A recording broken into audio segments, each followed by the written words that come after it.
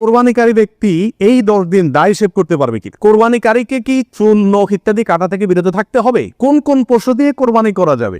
কয়দিন পর্যন্ত কোরবানি করা যায়? কোরবানি আর আকিকা এ দুটো একসাথে দেওয়া যাবে কিনা? কোরবানির দিন হাঁস মুরগি জবাই করা জায়েজ আছে কিনা? ঋণগ্রস্ত ব্যক্তির জন্য কোরবানি দেওয়া উত্তম নাকি ঋণ দেওয়া উত্তম?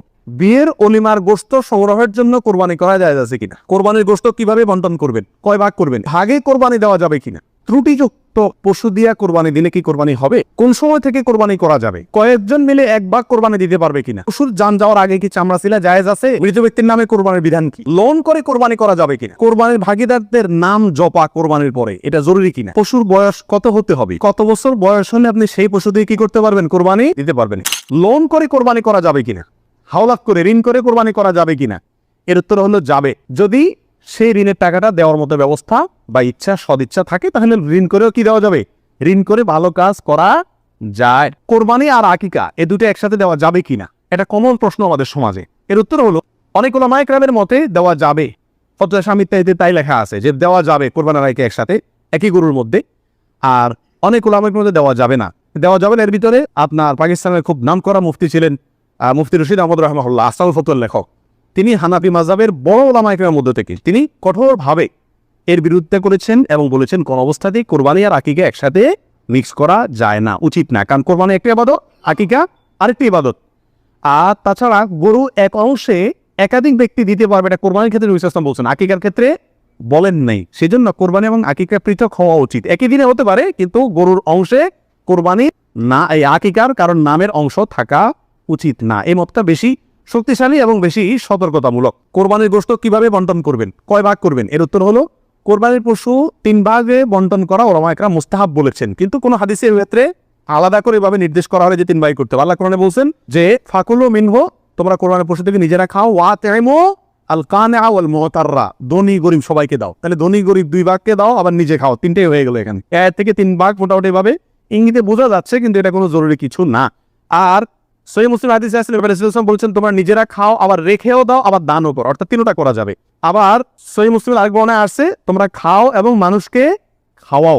তাহলে বোঝা গেল নিজে খাওয়া অন্যকে দান করা সবগুলাই উত্তম এই কোরবানির গোশতের ক্ষেত্রে। এরপরে আসি কোন কোন পশু দিয়ে কোরবানি করা যাবে। আপনি হাঁস মুরগি দিয়ে কোরবানি দিলে কোরবানি হবে কিনা? এর উত্তর হলো বড় পশুর ভিতরে 3 ধরনের পশু আর ছোট পশুর ভিতরে 3 ধরনের পশু, এগুলো দিয়ে কি করা যাবে? কোরবানি দেওয়া যাবে। বড় পশুর ভিতরে কোরবানি দিতে পারবেন ওট, গরু, মহিষ, এগুলো দিয়ে। মহিষ দিয়ে দিতে পারবেন কিনা এটা নিয়ে ওলামায়ে কেরামের সামান্য ইখতিলাফ আছে। অনেকে মহিষকে গরুর অন্তর্ভুক্ত করেছেন, অনেকে করেন নাই। যার কারণে যারা করেছেন তারা বলছেন করা যাবে, যারা করেন নাই তারা বলছেন করা যাবে না। এই জন্য একান্ত অনন্য উপায় না হলে সেদিকে না যাওয়াই ভালো ইখতিলাফের দিকে।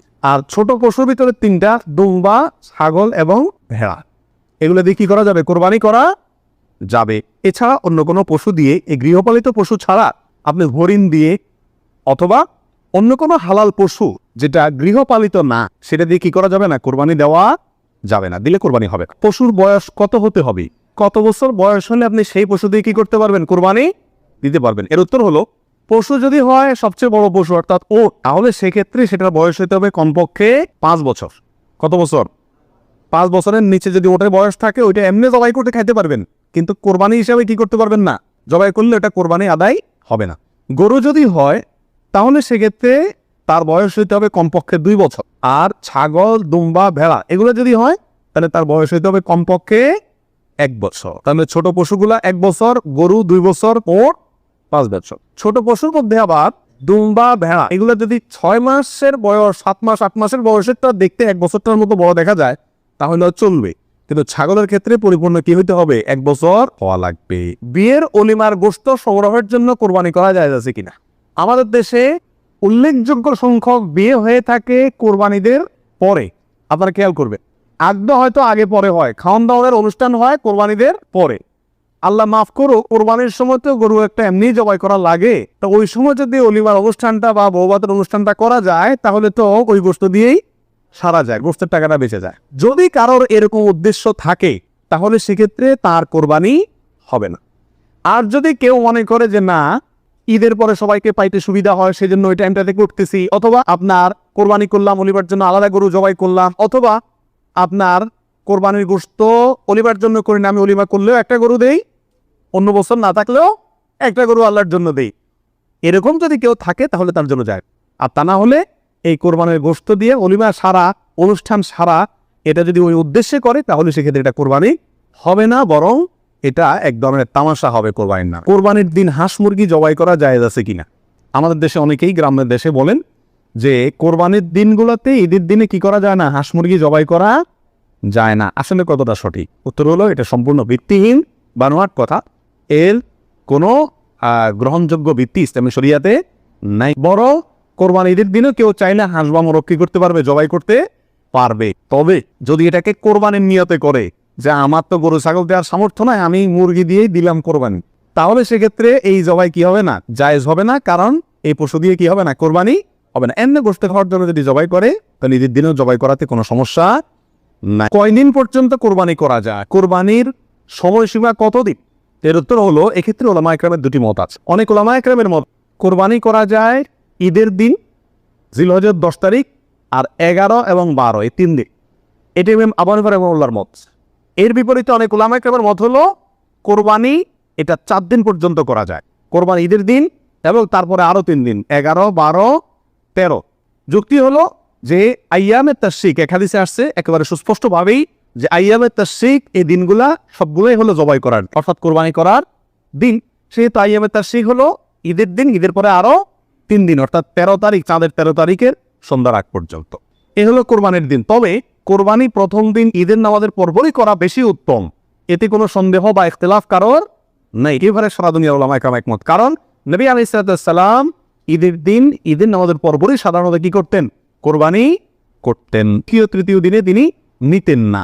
অতএব একেবারে শুরুতেই করে ফেলা হলো সবচেয়ে উত্তম এবং বেস্ট। এবারে কারো কোনো দ্বিমত নাই। কোরবানির ভাগিদারদের নাম জপা কোরবানির পরে এটা জরুরি কিনা? আপনারা দেখবেন ভাগিদারে কোরবানি যদি দেয় তার লিস্ট লিখতে লিখতে অবস্থা খারাপ হয়ে যায়, এবং যিনি কোরবানির পশু জবাই করেন ওই হুজুর নাম নিতে নিতে অবস্থা খারাপ। আল্লাহর নামে এতবার নেয় কিনা সন্দেহ, এতবার ভাগিদারদের নাম নেয়। কারণ ভালো করে নাম নিলে টাকা পাওয়া, কোরবানি জবাইয়ের টাকা পাওয়া কঠিন হয়ে যাবে। তো এটা জরুরি কিনা? উত্তর হলো এটা মুস্তাহাব। কোরবানি করার পরে আল্লাহুম্মা তাকাব্বালহু মিন ফুলান ফুলান ফুলান, আল্লাহ এটাকে অমুকের পক্ষ থেকে নাম ধরে তার পক্ষ থেকে কবুল করুন, এরকম বলাটা মুস্তাহাব উত্তম। রাসূল আকরাম সাল্লাল্লাহু আলাইহি ওয়াসাল্লাম নিজেও বলেছেন, আল্লাহ এটা আমার পক্ষ থেকে কবুল করেন, এটা আমার উম্মতের পক্ষ থেকে কবুল করেন, আমার পরিবার, এটা আমার উম্মতের পক্ষ থেকে। তাহলে এভাবে সবাইয়ের পক্ষ থেকে কোরবানি যে কজন দিচ্ছে তাদের পক্ষ থেকে কোরবানি হচ্ছে এই কথাটা, এবং তাদের পক্ষ থেকে আল্লাহ কবুল করেন, এটা বলাটা উত্তম, মুস্তাহাব। কিন্তু কিনা কোনো কারণে যদি কেউ বলতে ভুলেও যায়, নিয়ত যেহেতু আছে আল্লাহ জানেন, অতএব কি হয়ে যাবে, কোরবানি হয়ে যাবে। পশুর জান যাওয়ার আগে কি চামড়া ছিলা জায়েজ আছে? উত্তর হলো না, কঠোরভাবে নিষেধ। আমাদের দেশে কসাইরা এবং যারা চামড়া ছিলে নিজেরা অবশ্য দেখা যায় জান এখনো পুরো বাইর হয় না, রু বাইর হয় না, তার আগেই ওই পায়ের রগ কাটা শুরু করে, চামড়া ছিলা শুরু করে, পুরো না ছাড়া করে। এটা জায়েজ নাই, এটা গুনাহের কাজ। আপনি কোরবানি করছেন ইবাদত, অথচ গুনাহ হচ্ছে সাথে। নবী রাসূলুল্লাহ সাল্লাল্লাহু আলাইহি ওয়াসাল্লাম বলেছেন, ইন্নাল্লাহা কাতাবাল ইহসানা আলা কুল্লি শাই, আল্লাহ সব বিষয়ের প্রতি ইহসান করার নির্দেশ করেছেন। অতএব ফাইদা কাতালতুম ফাআহসিনুল কিতালাতা ওয়া ইযা যাবাহতুম ফাআহসিনুজ যাবিহাতা, তোমরা যখন কোনো পশুকে জবাই করবে তখন এই পশুর প্রতি রহম করিও, ভালো করে ধারটা দিয়ে নিবে। নবী সাল্লাল্লাহু আলাইহি ওয়াসাল্লাম বলছেন যাতে করে তার রু বেরোতে কষ্ট না হয়। সেখানে জীবিত অবস্থায় এখনো মরে নাই, আপনি চামড়া ছিলা শুরু করে দিলেন, এটা খুবই অন্যায় এবং জুলুম। কসাই যদি করে তাকে থামাই দিবেন যে রু যেতে দাও, তারপরে হাত দাও। কোরবানিকারীকে কি চুল, নখ ইত্যাদি কাটা থেকে বিরত থাকতে হবে? উত্তর হলো হ্যাঁ। নবী রাসূলুল্লাহ সাল্লাল্লাহু আলাইহি ওয়াসাল্লাম বলেছেন, মান আরাদা আন ইউদাহিয়া, যে ব্যক্তি কোরবানি করার ইচ্ছা রাখে, পোষণ করে, ফালা ইয়াখুয মিন শা'রি ওয়া আযফারি শাইআ, সেজন্য তার নখ, চুল ইত্যাদি কোনো কিছুতে হাত না দেয়। কোরবানির ঈদের 10 দিন আগে, চাঁদ যেদিন উঠবে ওই দিন থেকে নিয়ে ঈদের দিন পর্যন্ত এগুলো করা যাবে না। কি করা যাবে না? চুল, নখ ইত্যাদি কাটা যাবে না, কাটবে না কোরবানিকারী ব্যক্তি। কোরবানি দেওয়ার পরে চুল, নখ ইত্যাদি কাটবে, এটা খেয়াল রাখা উচিত। কোরবানিকারী ব্যক্তি এই 10 দিন দায় সেভ করতে পারবে কিনা? জটিল একটা প্রশ্ন। কোরবানি করবেন, বাকাওয়াতি করবেন, খুব ভালো কথা, জায়গায় এসে ধরা গেছেন, দায় সেভ করতে পারবেন কিনা? উত্তর হলো না। দায় তো কোরবানি করলেও সেভ করা যাবে না, না করলেও সেভ করা যাবে, এটা তো সর্বাবস্থায় চাঁচা হারাম। সেক্ষেত্রে কোরবানির এই সিজনগুলোতে এসে গুরুত্বটা আরো বাড়ে।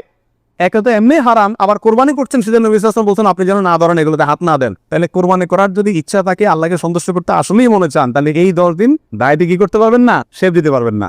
কোচা কোচা দায় নিয়ে কি করতে হবে, মসজিদে যেতে হবে। কোরবানি দেওয়া শেষ, এবার কি করতে পারবেন, দায় সেভ করতে পারবেন না, তাও যাবে না। কোন সময় থেকে কোরবানি করা যাবে?